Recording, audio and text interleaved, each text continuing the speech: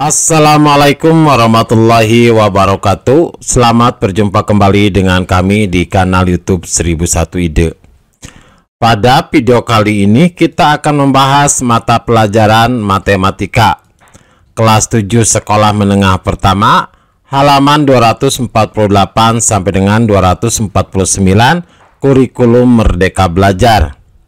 Kita akan membahas pada bab yang ke-6, bagian bagaimana membaca rata-rata dari tabel distribusi frekuensi. Sebelum lanjut pada video pembahasan, kami mengucapkan terima kasih atas dukungannya terhadap perkembangan channel ini, yaitu dengan menekan tombol subscribe dan mengaktifkan tombol notifikasinya untuk mendapatkan informasi terbaru dari channel ini. Silakan buka bukunya dan perhatikan pada halaman 248. Bagaimana membaca rata-rata dari tabel distribusi frekuensi pada bagian Q. Tabel 6 adalah distribusi frekuensi yang dirangkum dari suhu maksimum harian di Jakarta dan Semarang sepanjang bulan Agustus 2013. Berdasarkan tabel tersebut, kota manakah yang terpanas? Jadi silakan perhatikan, ini tabel yang ke-6, yaitu suhu maksimum harian pada Agustus 2013 di kota Jakarta dengan kota Semarang. Apabila kita perhatikan, di kota Semarang ada banyak hari antara 32 sampai dengan 34 derajat Celcius, yaitu ada 21 hari. Dan tidak ada hari di bawah 30 derajat Celcius, yaitu yang bagian ini. Berarti yang jadi bisa dikatakan bahwa di Semarang itu lebih panas kalau kita melihatnya dari sisi seperti ini. Kemudian di Jakarta ada 9 hari yang suhunya di atas 34 derajat Celcius. Jadi suhu di atas 34 itu ada 9 hari. Jadi Jakarta juga bisa dikatakan lebih panas. Meskipun kita tidak mengetahui nilai-nilai data sebenarnya, kita dapat menentukan rata-rata pendekatan dari tabel distribusi frekuensi. Sebagai contoh, pada tabel 6 terdapat 3 nilai yang masuk dalam kelas paling sedikit 28 derajat Celcius dan kurang dari 30 derajat Celcius di Jakarta. Namun kita tidak tahu suhu sebenarnya. Jadi kita dapat mengambil nilai kelas sebagai nilai-nilai yang termasuk ke dalam kelas tersebut. Oleh karena itu, nilai yang digunakan adalah nilai kelas dan bukan nilai sebenarnya. Selanjutnya dihitung rata-rata nilai kelas. Untuk menghitung rata-rata dari tabel distribusi frekuensi, maka ikutilah langkah-langkah berikut ini. Jadi ini adalah langkah-langkah untuk menghitung rata-rata dari tabel distribusi. Yang pertama, nanti itu tentukan dulu nilai kelasnya. Kemudian tentukan hasil kali nilai kelas dikali dengan frekuensi. Kemudian yang ketiga, jumlahkan semua nilai hasil perhitungan yang kedua. Kemudian yang keempat, nilai yang dihasilkan di poin yang ketiga ini dibagi dengan frekuensi total untuk mendapatkan nilai rata-rata. Ini adalah caranya.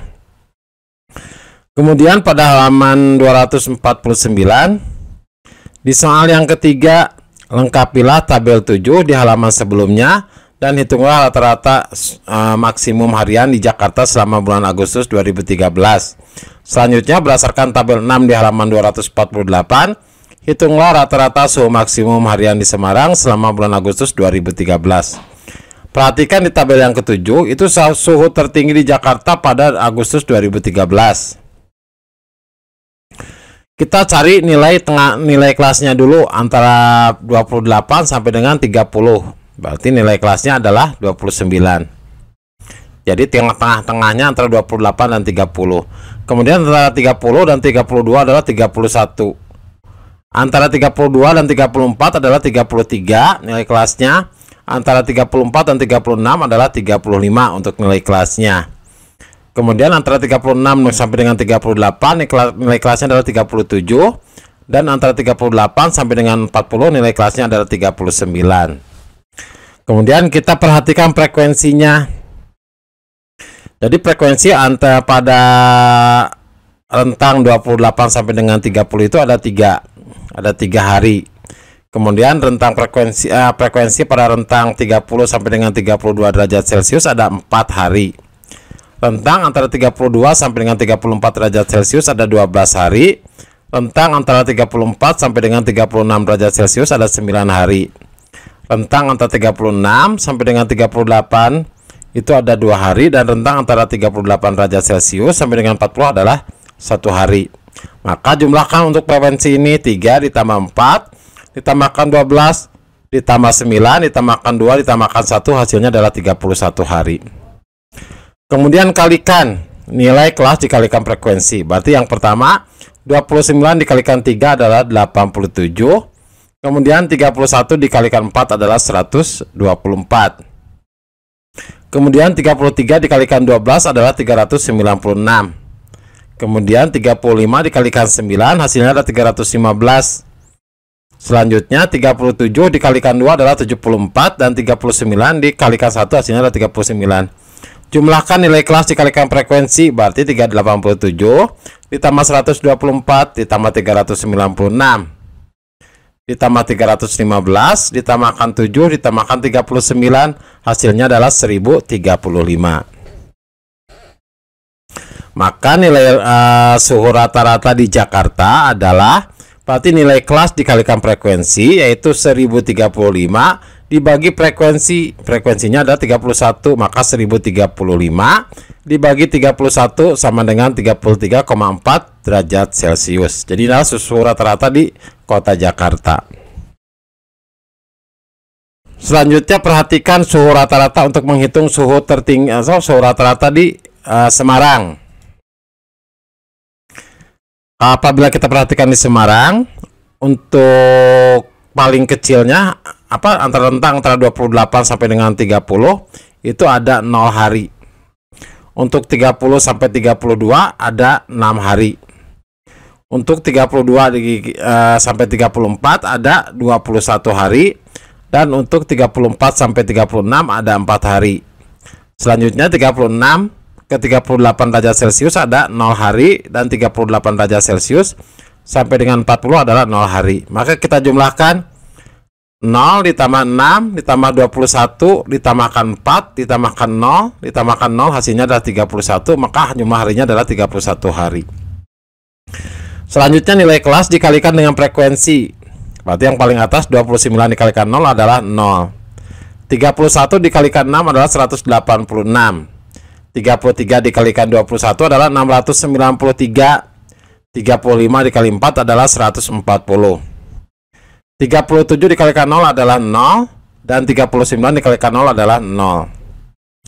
Maka jumlahkan 0 ditambah nilai kelas dikalikan frekuensi, berarti 0 ditambah 186 ditambah 693 ditambah 140 ditambahkan 0 ditambahkan 0, hasilnya adalah 1019. Maka suhu rata-rata di Semarang, berarti suhu rata-rata di Semarang adalah 1019 dibagi 31, yaitu 32,9 derajat Celcius. Ini adalah suhu rata-rata di Semarang.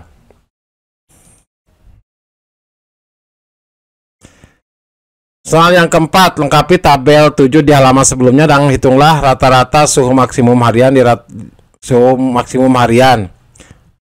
yang sebenarnya di Jakarta adalah 33,2 dan di Semarang adalah 32,9, bandingkan dengan rata-rata hasil perhitungan di soal yang ketiga. Maka jawabannya, meski ada galat pada keduanya, Jakarta dan Semarang dianggap hampir sama. Nilai rata-rata sebenarnya di Jakarta itu adalah 33,4, sedangkan nilai rata-rata sebenarnya di Semarang itu adalah 32,9. Jadi kalau kita perhatikan nilainya itu tidak terlalu jauh, jadi dekat, maka dianggap bahwa suhu di Jakarta dan di Semarang itu adalah hampir sama. Sebagaimana kita pelajari di soal 3 dan soal 4, meskipun kita menghitung rata-rata berdasarkan tabel frekuensi, namun ternyata hasilnya cukup dekat dengan rata-rata yang kita hitung langsung dari datanya. Demikianlah video pembahasan untuk matematika halaman 248 sampai dengan 249 untuk kelas 7 sekolah menengah pertama. Kami mengucapkan terima kasih. Assalamualaikum warahmatullahi wabarakatuh.